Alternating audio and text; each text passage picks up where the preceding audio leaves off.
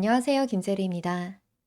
오늘 사건은요, 댓글로 요청해주신 분이 계셔서 가져와 봤는데요. 정말 내용이 너무 잔인하고, 알면 알수록 진짜 갑갑해지는 사건이더라고요. 오키 엘카이트는 평범하게 좋은 사람이었어요. 꼬박꼬박 성실하게 회사도 잘 나가고요. 사람들한테 항상 친절했어요. 그런데 어느 날, 정말 입에 담기도 힘들 만큼 무참하게 살해당합니다. 거의 고문을 당한 것 같았고요. 손발이 묶인 채로 두들겨 맞고 찔리고 목이 거의 다 잘린 상태로 발견이 됐어요.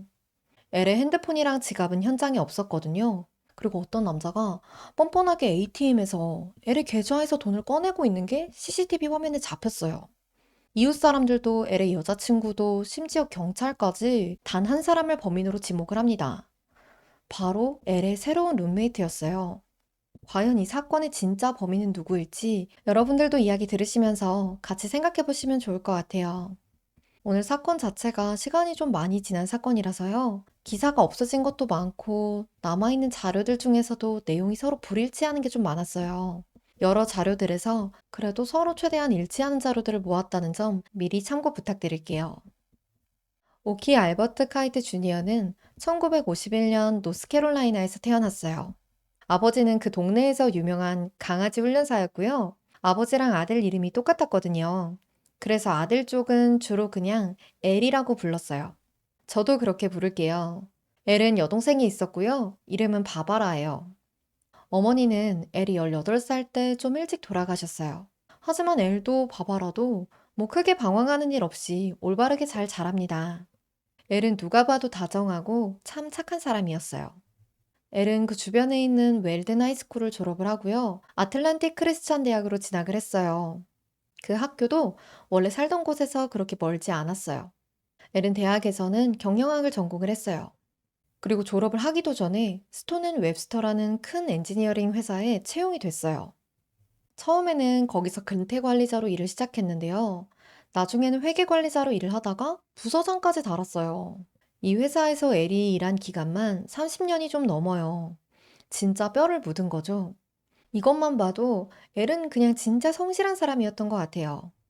엘은 어떤 엔지니어링이나 건설 프로젝트가 시작이 되면 그 프로젝트의 재정이랑 운영을 관리하는 업무를 했기 때문에 프로젝트가 있는 곳을 그냥 따라다녀야 됐어요.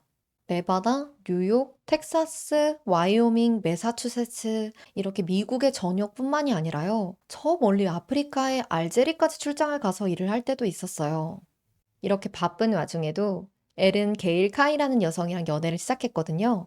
두 사람은 고등학교 동창이었어요. 그때는 아무 사이가 아니었거든요. 졸업을 하고 각자 사는 동안에 게일은 다른 사람을 만나서 줄리라는 딸도 있는 상태였어요. 두 사람은 연애를 하다가 1976년에 결혼을 했어요. 하지만 그 결혼 생활이 그렇게 오래 가진 못했어요. 12년 만에 두 사람은 이혼을 하게 됐는데요. 엘이랑 의붓딸 줄리는 계속 연락을 하면서 지낼 만큼 그냥 사이가 정말 좋았어요. 비록 혈연은 아니지만 때로는 친구같이 그냥 아주 가까운 가족이 된 거예요. 이후로 엘은 캘리포니아에서 살았어요. 거기서 샌프란시스코 공항이랑 동부 해변 지역 도시를 다 도는 그 철도 시스템이 이름이 바트래요. 그 바트 철도 시스템 재정을 감독을 했어요. 이렇게 번잡하고 큰 도시에서 지내던 엘은 1998년에 콜로라도로 이사를 결정을 했어요. 엘이 운동을 진짜 좋아했거든요. 그냥 모든 종류의 야외 활동을 다 좋아했어요. 골프, 하이킹, 자전거, 캠핑, 스키 다 좋아했는데요. 사실 샌프란시스코에서는 이런 야외 활동하기가 좀 어렵잖아요. 시내를 벗어나서 자연으로 나가는 데만 한 세월이니까요. 그래서 콜로라도 외곽 쪽에서 한번 일해보겠냐고 하는 제안을 그냥 냉큼 받아들인 거예요. 엘이 이사한 곳은 콜로라도 덴버에 있는 오로라라는 도시였어요. 여기서 아예 집을 샀는데요. 2층짜리 타운하우스였어요. 아래로는 지하가 한 층 있었어요. 이 집 자체가 그냥 혼자 살기에는 좀 많이 넉넉한 집이었어요. 특히나 엘은 집에 거의 없었거든요. 엘은 원하던 대로 마음껏 바깥 생활을 누려요. 스포츠도 하고, 날이 좋을 때는 캠핑도 나가고요. 이때가 40대 후반이었으니까 그동안은 누리지 못했던 여유를 마음껏 누린 거예요. 그러다 지하에 세입자를 한번 받아보자는 생각이 들었어요. 어차피 그냥 노는 공간이었거든요. 돈도 벌 겸 해서요. 이 집 살 때 대출도 받았는데 그 대출금 갚기에도 좋고요. 이렇게 평탄하게 생활을 하다가 2002년에요. 엘은 콜로라도로 온 지 한 4년쯤 됐을 때 30년을 다녔던 그 회사에서 잘리게 됐어요. 회사가 좀 어려워지면서 구조조정을 한 거예요. 엘이야 워낙 경력이 훌륭하니까요. 금방 다른 회사로 취직을 했어요. 그리고 다시 연애를 시작합니다. 그녀의 이름은 린다 안젤로플러스였어요. 린다랑도 처음부터 연애 관계로 만난 건 아니었어요. 몇 년간은 그냥 아는 사이였어요. 어쩌다 보니까 그냥 두 사람은 자주 마주치게 됐어요. 크리스마스 파티, 피크닉, 뭐 이런 캐주얼한 곳에서요. 2004년의 어느 날도 그냥 어쩌다 보니 같은 파티에서 또 만나게 된 거예요. 두 사람은 또 우연히 같은 테이블에 앉았고요. 이야기를 나누다 보니까 시간 가는 줄을 몰라요. 린다한테 엘은 정말 젠틀하고 착하고 재밌기까지 한 남자였어요. 두 사람은 이제 막 싹트기 시작하는 마음에 한창 설렐 때였어요. 이 비슷한 시기에 그때 엘의 지하에서 살고 있던 세입자가 이사를 나가겠다고 했어요. 계약이 5월 중에 만료가 돼서요. 엘은 다른 세입자를 찾기로 했어요. 그래서 지역 신문에 광고를 내기도 하고요. 여러 명이 연락을 해왔는데 그 중에 한 사람이 로버트 쿠퍼였어요. 로버트는 자기가 얼마 전에 이 지역에 이사를 왔다고 해요. 웰스파고 은행에서 일자리를 얻었는데 지금은 그냥 누나 집에 잠깐 얹혀 살고 있어서 따로 집을 구하고 있다고 했어요. 이 남자는 엘한테 바로 이사를 오고 싶다고 했어요. 보증금에다가 한 달치 임대료의 절반도 선불로 지불을 할 수가 있다고요. 나쁠 게 없죠. 임차인이 그냥 하루라도 빨리 들어오는 게 임대인 입장에선 좋으니까요.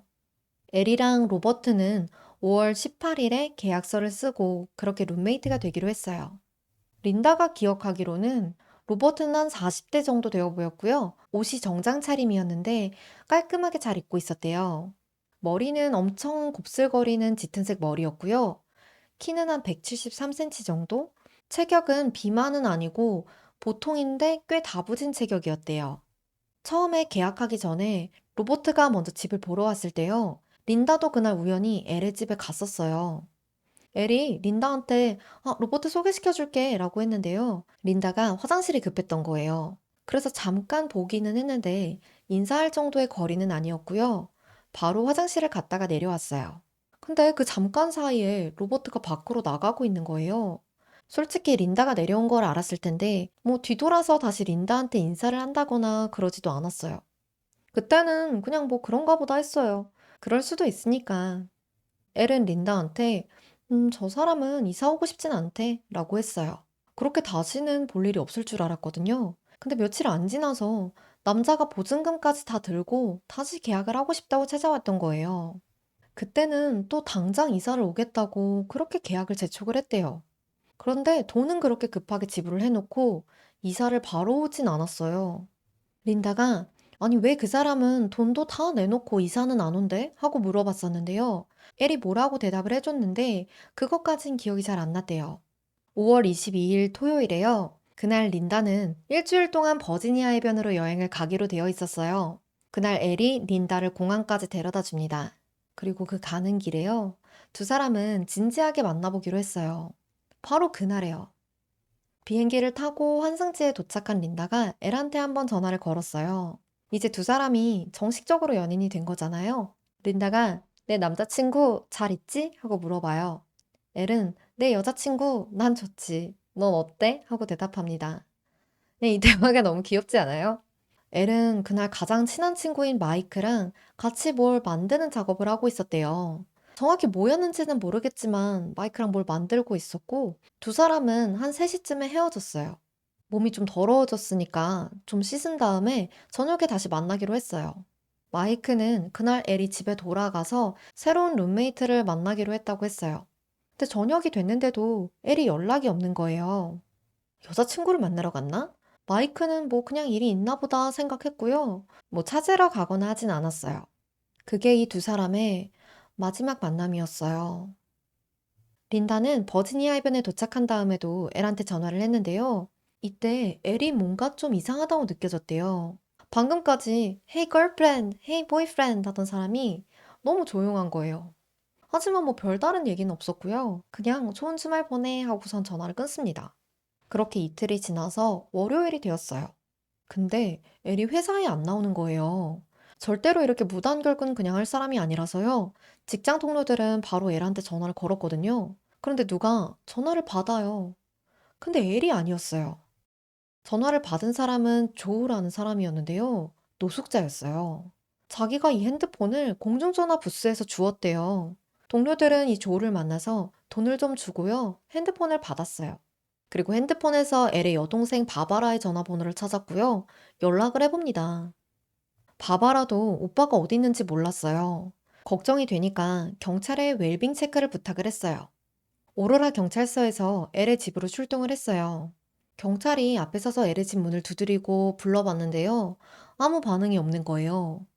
그래서 그냥 집에 들어가 봤어요. 사진을 보시면요. 현관문으로 들어오면 바로 왼쪽에 부엌이 있고요. 오른쪽에는 위층으로 올라가는 계단이 있어요. 그리고 정면으로 보이는 문은 차고 문이에요. 그쪽으로도 나갈 수가 있고요. 지금 사진상으로는 잘 안 보이는데 이 차고 문이랑 계단 사이에 그 오른쪽 벽면에는 또 문이 있거든요. 거기가 지하실로 내려가는 문이에요. 경찰이 집에 들어갔을 때 집안은 깨끗했어요. 그리고 조용했어요. 대충 이렇게 둘러보니까 특별한 사항은 없었거든요. 그래서 이번에는 지하로 내려가 봤어요. 그리고 경찰들조차 너무 끔찍해서 평생 잊을 수가 없는 그 현장을 목격하게 돼요. 지하실 벽이랑 바닥은 그야말로 완전 피투성이었어요. 그 안에 엘이 바닥에 얼굴이 향한 채로 엎드려 있었는데 손이랑 발은 등 뒤로 묶여 있었고 그 묶인 손이랑 발이 다시 서로 묶여 있었어요. 발이 천장을 향해서 있는 상태였고요. 묶인 형태 자체가 좀 독특했어요. 일반적이지가 않았대요. 온 몸에는 찔린 상처로 가득했고요. 눈이랑 귀까지 찔린 상태였어요. 22번은 찔렸을 거라고 합니다. 발이랑 머리에는 둔기로 얻어맞은 상처가 있었고요. 눈은 멍이 들어서 부풀어 있었어요. 너무 끔찍한 게 엘은 이 모든 폭력을요, 몇 시간 동안이나 살아있는 채로 당했다는 거예요. 그러다가 목이 거의 잘릴 만큼 엄청 깊게 찔려서 그대로 사망했어요. 엘의 옆에는 잘린 밧줄 조각도 발견이 됐어요. 경찰은 바로 집안부터 수색을 시작했어요. 집 안이 전체적으로 깨끗했다고 말씀드렸잖아요. 근데 주방 싱크대에 뭐가 좀 이렇게 물에 담겨 있었거든요. 가까이서 보니까 물이 아니라 표백제였고요. 그 안에는 컵이랑 볼펜, 주방 칼, 칼 가는 그 길쭉한 봉 아시나요? 그 봉이랑 엘의 집 열쇠가 들어있었어요. 보시면은 칼도 한 자루가 아니에요. 로버트는 머리 뒤쪽이랑 발바닥을 여러 대 맞아서 멍이 심하게 들어있었거든요. 그 칼 가는 봉으로 여러 대 맞은 것으로 보였어요. 전부 범인이 직접 사용을 해서 DNA가 남아있을 만한 물건들이었고요. 표백제에 담가져 있었기 때문에 DNA를 확인할 수가 없었대요. 2004년이니까 그때는 지금만큼 검사가 정밀하지도 않았을 거예요. 추가로 5월 18일자에 작성된 지하실 임대 계약서랑 로버트의 이름과 전화번호가 적힌 은행 거래 내역서도 찢겨진 채로 집에서 발견이 됐어요. 지하로 내려가는 계단에서는 혈흔도 발견이 됐는데요. DNA 검사 결과 엘이랑 어떤 제3자의 DNA가 발견이 됐어요. 그게 누군지는 알 수가 없었어요. 루미놀 검사도 진행을 했는데 샤워실이랑 침실에서도 추가로 혈흔이 발견이 됐어요. 집안에는 없어진 물건도 있었는데요. 귀중품들이 사라진 게 아니었어요. 로버트의 지갑이랑 핸드폰, 바지랑 셔츠 한 벌, 그리고 자동차가 없어진 걸 알게 됐대요. 핸드폰은 노숙자가 주워서 가지고 있다가 동료들한테 전달을 해줬었죠. 범인은 일부러 핸드폰을 노숙자가 많은 지역에 그냥 뒀을 거예요. 검사를 해보기도 전에 너무 많은 사람들이 그 핸드폰을 이미 만진 상태였던 거예요. 노숙자, 모르는 사람, 뭐 동료들, 바바라까지. 그래서 엘의 핸드폰에서는 따로 유의미한 단서를 찾을 수는 없게 되었어요. 원래 엘의 차고에 세워져 있던 픽업 트럭은요, 집에서 몇 블록 떨어지지 않은 길거리에서 발견이 됩니다. 이웃이 지나가다가 차를 발견을 했고요, 경찰한테 알렸어요. 차 안에서는 갈색 머리카락이 발견이 됐거든요. 근데 그게 엘의 머리카락은 아니었어요. 정황상 범인이 집에서 엘을 살해한 후에 엘의 차를 타고 집을 빠져나왔고요. 그대로 차를 버리고 도주를 한 걸로 보여요. 이 끔찍한 사건이 엘의 주변 사람들한테 알려졌고요. 엘을 알고 있던 모든 사람들은 엘이 주변에 적이 있을 만한 사람이 절대 아니라고 하면서 경악을 하고요. 큰 충격을 받았어요. 여러분, 오늘 이야기 재밌게 듣고 계신가요? 좋아요, 구독 한 번씩 부탁드릴게요. 경찰은 주변 사람들을 인터뷰를 했는데요. 이웃 사람들, 린다, 지하실에 새로운 계약을 하기 전에 살던 그 전 룸메이트까지 얘기를 다 나눠봤어요. 이웃들은 대부분 특이사항이 없었다고 얘기를 해요. 딱히 수상한 사람도 못 봤다고 하고요. 다만 한 명이 낯선 남자를 본 적이 있다면서 경찰에 얘기를 했거든요. 50대 초반에 잘 차려입은 검은 머리의 남자였다고 해요. 지팡이를 짚고 있었고요. 엘의 집으로 이렇게 걸어가는 걸 봤다고 해요. 전 룸메이트는 자기가 이사를 나가고 나서 일어난 일이라 아는 게 특별히 없었던 것 같고요. 다음으로 린다는요, 로버트 쿠퍼가 수상하다고 생각을 하고 있었어요. 경찰한테 로버트에 대해서 진술을 했는데요. 이웃이 묘사한 그 남자랑은 좀 차이가 있었어요. 린다가 본 로버트는 30에서 40대 초반의 백인 남성이었고요. 검은 곱슬머리를 하고 있었어요. 린다는 로버트가 지팡이를 짚었다고 말했다가 또 아니었다고 말하기도 하거든요. 이거는 좀 인터뷰마다 차이가 있었는데 애초에 거의 스치듯이 본 사이였고 시간이 지나면서 기억이 좀 흐릿해진 것 같아요. 엘의 친구들은 엘이 로버트에 대해서 얘기를 했던 걸 기억하긴 했지만 그게 뭐 딱히 그 사람이 뭐 수상하다든지 이상하다든지 그런 얘기는 아니었대요. 경찰은 이사를 들어오겠다고 계약을 재촉해놓고 바로 이사를 들어오진 않은, 그리고 계약서랑 열쇠를 집에 남겨두고 간 그 수상한 세입자 로버트 쿠퍼를 용의자로 의심하기 시작했어요. 먼저 임대계약서를 한번 살펴볼게요. 거기에도 로버트의 이름, 사회보장번호, 전화번호, 계약할 당시에 살고 있다고 했던 주소지까지 다 적혀 있었거든요. 확인해보니까 그 사회보장번호는 어떤 인디아나주에 사는 여성 노인의 번호였고요. 적혀져 있는 주소지는 그냥 어디 초등학교 주소지였대요. 그 로버트가 웰스파고 은행에서 일자리를 구했다고 했잖아요. 그것도 거짓말이었어요. 하나부터 열까지 다 가짜 정보였어요. 경찰은 이제 이 로버트 쿠퍼라는 이름조차도 진짜 이름이 아닐 가능성이 높다고 봅니다. 그래도 이제 편의상 계속 로버트라고 할게요.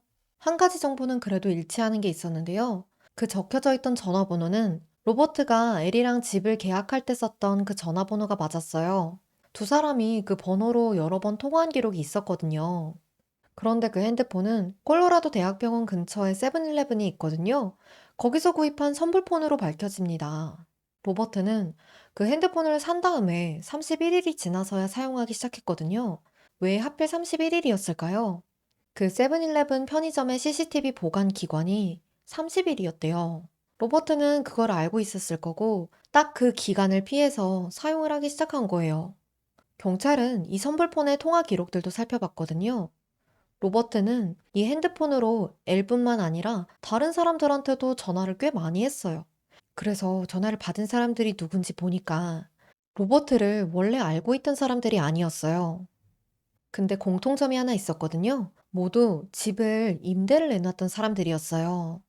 엘도 지하실을 임대를 내놓을 때 그 지역 광고를 이용을 했거든요. 다른 사람들도 다 도서관이나 가게 앞에 광고지를 붙여놨던 사람들이었어요.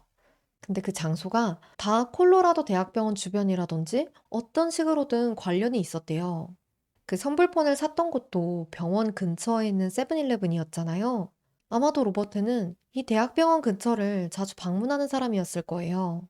로버트는 몇십 명의 임대인들한테 전화를 했었고요. 그 중에 3명은 직접 만났다고 합니다. 그 중 한 명이 덴버 대학교 교수님이었는데요. 여성이었어요. 릭스라는 아이스크림 가게에 집 광고를 내놨었는데요. 약속을 잡고 로버트를 만났어요. 근데 만났을 때부터 느낌이 좀 안 좋았대요. 보자마자 목덜미에 털이 곤두섰대요. 우리도 가끔 가다가 뭐 맞는지 아닌진 몰라도 그런 쎄함 감지 센서가 발동할 때가 있잖아요. 그랬던 거예요. 로버트는 이 교수님이랑 얘기하는 동안에 성적인 농담을 했다고 합니다. 아니, 그 아이스크림 가게 이름을 가지고 부적절한 얘기를 했대요. 저는 아이스크림 가게 이름을 가지고 무슨 성적인 농담이 가능했는지 모르겠는데요. 교수님은 그 로버트가 굉장히 독특한 억양을 사용을 했다고 했어요. 이 교수님이 대학에서 언어 쪽을 가르치고 있었거든요. 그래서 그게 루마니아 억양이라는 걸 알아챌 수가 있었대요. 로버트한테 물어봤더니 자기가 루마니아 출신이 맞다고 했대요. 뭐 둘은 계약은 하진 않았고요. 로버트는 그대로 떠났어요. 이후로는 한 번도 연락이 온 적이 없었대요. 다른 임대인들이랑도 얘기를 해봤는데요. 어째 로버트에 대해서 얘기를 할 때마다 말하는 게 다 달랐어요. 이게 좀 공통점이 있어야지. 그래야 몽타주를 만드는데, 린다랑 엘의 이웃 사람이랑 로버트를 만났던 임대인들이랑 얘기하는 모습이 조금씩 다 다른 거예요. 나이대도 다르고, 억양도 사람들마다 기억하는 게 다 달랐어요. 그래서 경찰은 어쩔 수 없이 몽타주를 두 개를 그려야 됐어요. 이게 그 몽타주인데요. 왼쪽이랑 오른쪽이랑 너무 다르죠. 그냥 같은 사람 같지가 않아요. 경찰은 로버트가 의도적으로 이렇게 사람들을 만나러 나갈 때마다 외모를 다르게 꾸미고 나갔을 거라고 추측했어요. 어쩔 때는 좀 나이 들어 보이게 옷을 입고, 어쩔 때는 젊은 청년같이 옷을 입고 다닌 거죠. 어떤 사람은 로버트가 다리를 절고 지팡이를 짚었다고 하고요. 어떤 사람은 로버트가 멀쩡하게 잘 걸어 다녔다고 해요. 그때그때마다 다른 캐릭터를 연기를 했던 거죠. 정말 치밀한 사람이었어요. 통화를 하면 기지국 위치로 그 사람의 대략적인 위치를 추적할 수가 있잖아요. 로버트는 전화를 걸거나 받을 때 위치를 옮겨 다녔어요. 도시의 끝과 끝쪽을 오가면서 위치가 특정되지 않게 한 거예요.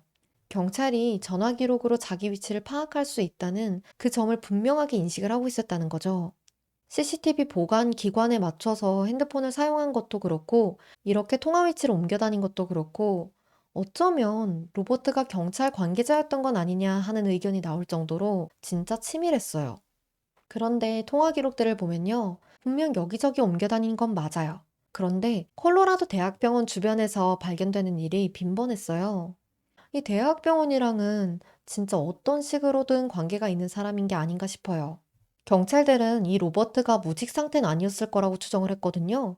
그 이유가 월요일부터 금요일은 오전 8시부터 오후 7시까지 로버트가 그 선불폰을 사용한 기록이 없었기 때문이에요. 평일에는 항상 저녁에만 사용을 했고요. 아니면 아예 주말에만 사용을 했어요. 중간에는 아예 전화를 사용하지 않은 기간도 있었대요. 그게 한 2주에서 3주 정도 됐는데요. 이 정보는 사실 출처마다 내용이 좀 달랐어요. 정확히 언제인지 기간이 밝혀지지 않았다는 것도 있었고요. 콜로라도 대학교의 봄방학 시기랑 일치했다고 하는 것도 있었어요. 그 콜로라도 대학병원이랑 콜로라도 의과대학이랑 완전히 붙어 있었거든요. 그 2, 3주의 기간이 딱 대학교의 봄방학 시기랑 일치했다는 거예요. 근데 그게 사실이라고 해도 뭐 어떤 의미가 있는지는 잘 모르겠어요. 오히려 봄방학이면 평일 낮에도 전화를 더 걸 수 있었을 텐데 오히려 전화를 더 안 걸었다? 그래서 경찰도 이 부분은 그냥 하나의 가능성으로만 뒀던 것 같아요. 혹시나 로버트가 이 기간에 감옥에 갇혀서 전화를 못 썼던 건 아닐까? 그런 생각도 했었는데요. 비슷한 시기에 감옥에 갇혔던 범죄자 중에서 용의자로 특정할 만한 사람은 없었대요. 또 만약에 로버트가 진짜 범죄를 저지른 전력이 있었다. 그러면 LA의 집에서 그 제3자의 DNA가 발견이 됐잖아요. 그거랑 일치하는 DNA를 범죄자 데이터베이스 시스템에서 찾을 수가 있었을 텐데 없었단 말이에요. 아주 낮은 확률로 그 3자의 DNA가 범인 게 아닐 가능성도 있죠. 남의 집에 피를 떨어뜨리고 갈 일이 그렇게 많지는 않겠지만요. 그래서 경찰은 이 범인이 콜로라도 대학병원에서 일을 하니까 그 병원에서 남의 피를 가져다가 이렇게 흘려놓은 거 아닌가? 이런 의심까지 했는데요. 다행히 그건 확률적으로 굉장히 낮다고 합니다. 근데 또 워낙 치밀하니까 정말 자기 흔적은 아무것도 남기지 않았을 수도 있죠. 엘이 사망한 이후로요. 이 선불폰으로 또 어딘가로 전화를 건 기록이 있었거든요. 경찰이 추적을 해보니까 수신자가 웨스트 덴버에 사는 어떤 여성이었어요. 하지만 그 여성은 로버트 쿠퍼라는 사람에 대해서는 전혀 모른다고 대답을 합니다. 자기가 아는 노숙자가 있는데 그 노숙자가 그 전화번호로 자기한테 전화를 걸었었대요. 그래서 그 전화를 걸었다는 노숙자한테 찾아가 봤더니 그 사람은 로버트 쿠퍼의 그 신상 정보랑 완전히 다른 사람이었어요. 나이도 엄청 많았고요. 라틴계 남성이었어요. 이 전화기는 어디서 얻었냐고 했더니 그냥 이것저것 좀 싸게 파는 잡상인이 있는데 그 사람한테 샀다고 해요.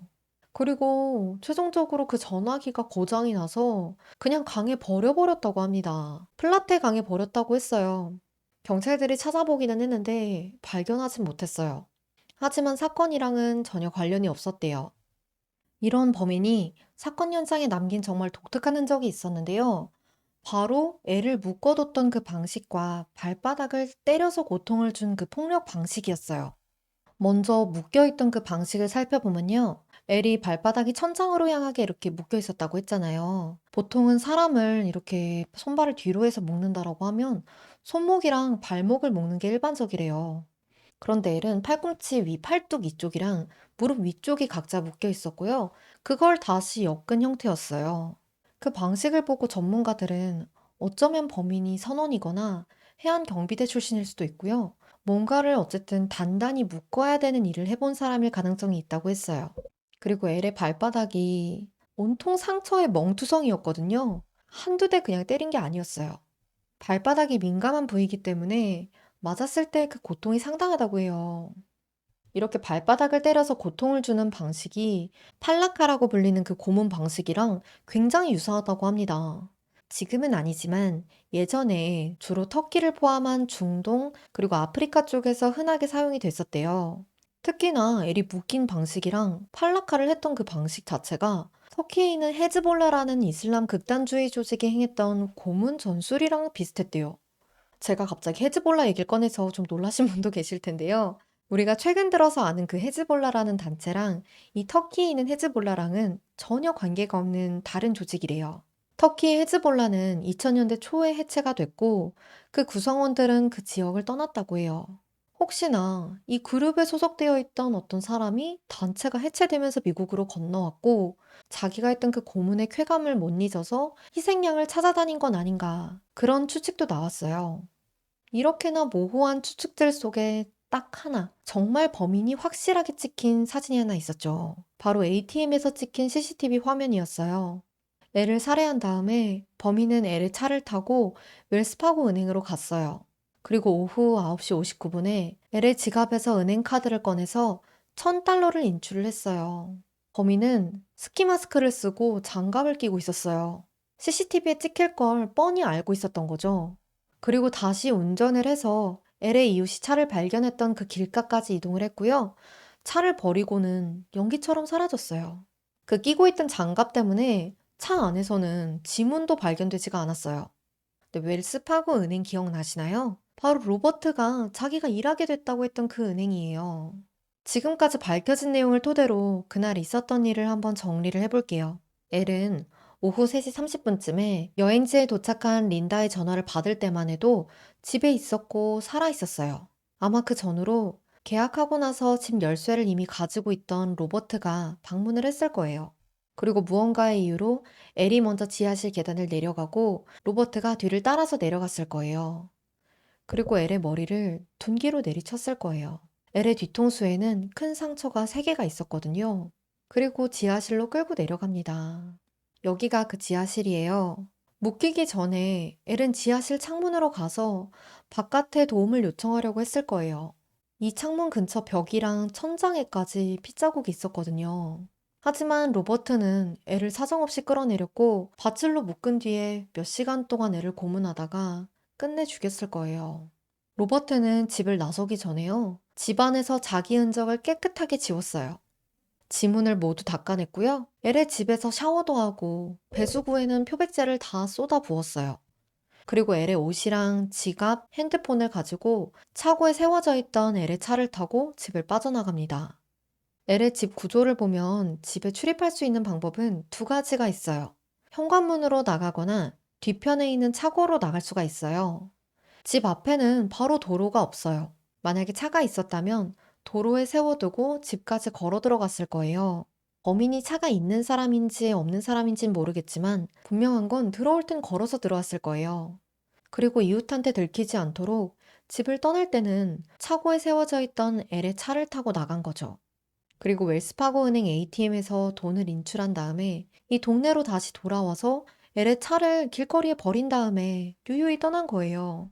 로버트는 평일 일정한 시간에 출근을 해야 되는 직업을 가지고 있었을 거고요. 콜로라도 대학병원과 어떤 식으로든 연관이 있는 사람일 거예요. 경비원이었을 수도 있고요. 수사 과정을 빠삭하게 알고 있는 것으로 봐서는 경찰을 준비했거나 전 경찰관이었을 가능성도 있습니다. 그 전에 물건을 잘 묶어야 되는 직업을 해본 적이 있을 수도 있고요. 범죄 자체에 굉장히 관심이 많은 사람일 거고, 살인에 대한 갈망이 있는 사람이었을 거예요. 살인 동기는 결코 강도는 아니었을 거예요. 엘은 꽤나 여유로운 사람이었어요. 원한다면 더 많은 돈을 인출할 수도 있었을 거예요. 하지만 범인은 보증금이랑 반달치 월세도 지불을 해놓고요. 보란 듯이 ATM에 나타나서는 딱 1000달러만 인출해서 사라진 거예요. 범인이 손해를 봤으면 손해를 봤지 금전적인 이득은 없었을 거예요. 로버트는 강도가 아니라 그냥 살인을 즐기는 사이코패스일 거예요. 이건 제 생각인데 그렇게 치밀하게 다 준비를 해놓고 들킬 수 있는 위험을 무릅쓰고 ATM까지 갔다? 이거는 그냥 범인이 자기의 그 대담함을 경찰들한테 보여주고 싶었던 게 아닌가 싶어요. 로버트는 집 임대를 내놓은 사람들이랑 통화를 진짜 많이 했고요. 직접 만나기도 했었잖아요. 그 중에는 노인도 있었고 여성도 있었어요. 운동을 즐겨하는 신체 건강한 엘보다는 더 쉬운 희생자도 있었을 건데요. 왜 하필 엘을 선택했는지는 알 수가 없습니다. 다만 엘의 지하실은 그 내려가는 계단 말고는 도망칠 구석이 없고요. 문을 닫고 있을 때는 안에서 시끄러운 소리가 나도 바깥으로는 잘 들리지가 않았어요. 어쩌면 처음 여기 방문을 했을 때 로버트는 이런 점들을 체크를 해봤을 거고 다른 집들도 좀 돌아보다가 최종적으로 엘의 지하실을 범행 장소로 선택을 했을 수도 있겠죠. 형사는 로버트를 프로파일링 해봤을 때 로버트는 그 누구도 곁에 필요하지 않고 자기가 무슨 짓을 했는지 얘기를 하고 다닐 만한 사람도 아니라서 정말 잡기가 어려울 거라고 했어요. 어디에서나 자연스럽게 녹아들어서 살아갈 사람이고 그렇기 때문에 진짜 위험한 사람이라고요. 그런데 이렇게나 범행을 계획적으로 저지른 사람이 과연 이 범죄가 처음이었을까요? 1999년에 벌어졌던 한 가지 사건이 수면 위로 올라왔어요. 바로 리 스콧 홀 살해 사건입니다. 홀은 엘이랑 마찬가지로 이혼한 남성이었어요. 아들이 있었지만 그 당시에 이미 성인이라서 독립을 해 있었고요. 거의 10년 가까이 직접 만난 적이 없었대요. 무엇보다 홀은 아들이 전화를 해도 잘 받질 않았대요.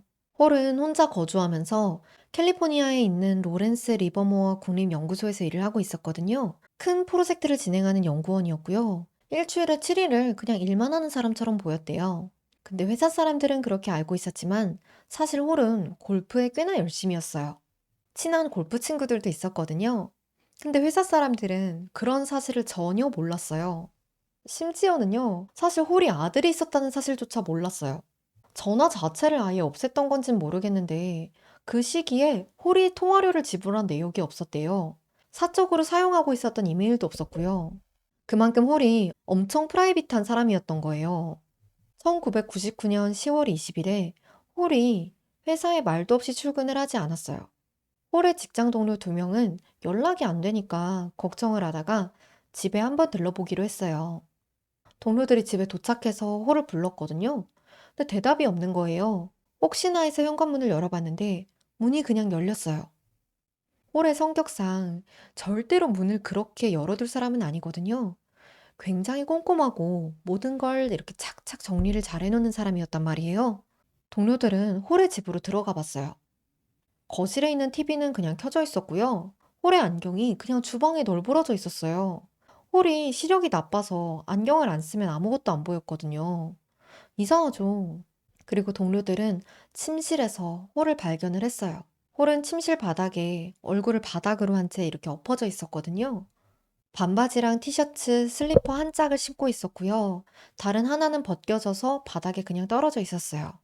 침실이 그냥 깔끔했기 때문에 처음에 동료들은 홀이 넘어져서 머리를 크게 부딪힌 건 아닌가 그렇게 생각을 하기도 했는데요. 신고를 받고 출동한 경찰은 홀이 칼에 여러 번 찔려서 살해를 당했다고 밝혔어요. 홀이 살해당하기 전에는 여러 번 구타를 당한 흔적도 있었는데요. 범인이 반지를 낀 건지 얼굴에 심하게 긁힌 상처가 남아 있었어요.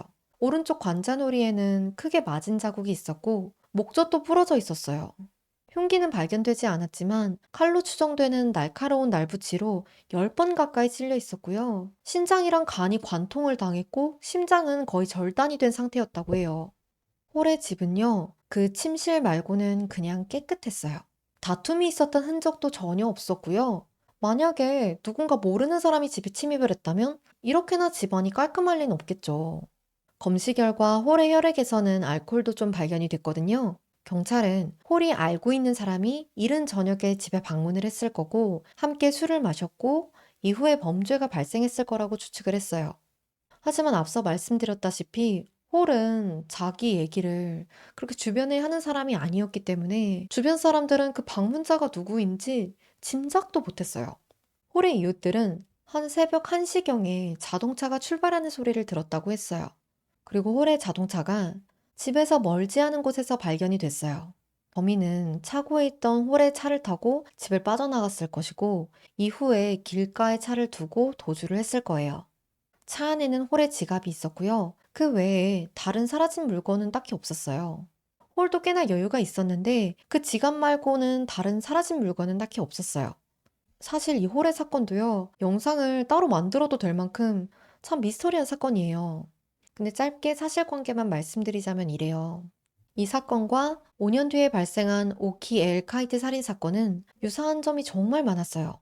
다소 고립된 주택가에 혼자 사는 경제적으로 어느 정도 여유 있는 남성이 피해자였지만 범인은 지갑 외에는 금전적으로 가치가 있는 물건을 훔치진 않았고요. 범인은 피해자랑 안면이 있는 사이인 걸로 보이고요. 살해 수법이 아주 잔인하고 현장은 깨끗하게 정돈이 되어 있었어요.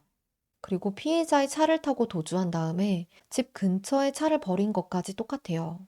그리고 두 사건 모두 범인이 아직 잡히지 않았어요. 신원이 특정되지도 않았고요. 이 외에 마이크 에머트, 앨런 우드 살인 사건도 살해 전 고문이 있었다는 점과 여러 번 칼로 찔러서 잔인하게 살해를 했다는 점, 치밀하게 사건 현장을 정돈을 했다는 점, 특별히 주변 사람들한테 원한을 살 만한 사람은 아니었다는 점 등 어느 정도 그 사건들의 유사성이 있어서 혹시나 동일범인 건 아니냐 이런 얘기가 많았거든요. 하지만 DNA 감식 결과 이 사건들의 범인이랑 로버트 쿠퍼의 DNA 특성이 일치하지 않았다고 합니다. 경찰은 현재는 동일범의 소행이라고 생각하진 않는 것 같아요. 다 각각의 미제 사건으로 보고 있어요. 물론 진짜 같은 범인일지 아닐지는 범인이 잡혀야지 알 수가 있는 거겠죠. 사건이 벌어지고 한 달이 채 지나지 않은 2004년 6월 2일에 엘의 장례식이 있었어요. 장례식에는 미래를 함께 꿈꾸고 있던 린다랑 여동생 바바라, 의붓딸 줄리, 그리고 애를 사랑했던 수많은 친구들과 친척들이 참가를 했어요. 누구에게나 다정했고 친절했던 이 엘의 안타까운 죽음을 다 같이 추모를 했고요. 엘은 그날 오후에 교회 묘지에 안장이 되었습니다. 사건이 벌어지고 지금은 21년이란 세월이 흘렀어요. 과학은 점점 더 발전하고 있고요. 범인의 DNA는 국제 데이터베이스에 업로드가 되어 있어요. 분석 결과 로버트는 동남 유럽계 사람일 것이고 흰 피부에 갈색 머리, 갈색 눈을 가진 사람일 가능성이 높다고 해요. 2017년에는 이 결과를 바탕으로 몽타주가 새로 작성이 되었다고 해요. 요새 특히 미국에서 DNA로 내 핏줄 찾기 이런 게 크게 유행을 했었잖아요. 사람들이 그 회사의 DNA를 대거 제공한 덕분에 온라인 데이터베이스는 더욱더 견고해졌고요. 그 결과 로버트의 삼촌 혹은 사촌으로 판명된 사람도 발견이 되었어요. 가족들도 경찰들도 아직 포기하지 않았습니다. 아직은 우리가 로버트가 누구인지는 알 수가 없지만 곧 알게 될 거라고 믿어요. 오늘 이야기는 여기까지고요. 제 이야기 더 듣고 싶으시다면 좋아요, 구독, 댓글까지 부탁드릴게요. 다음에 봐요.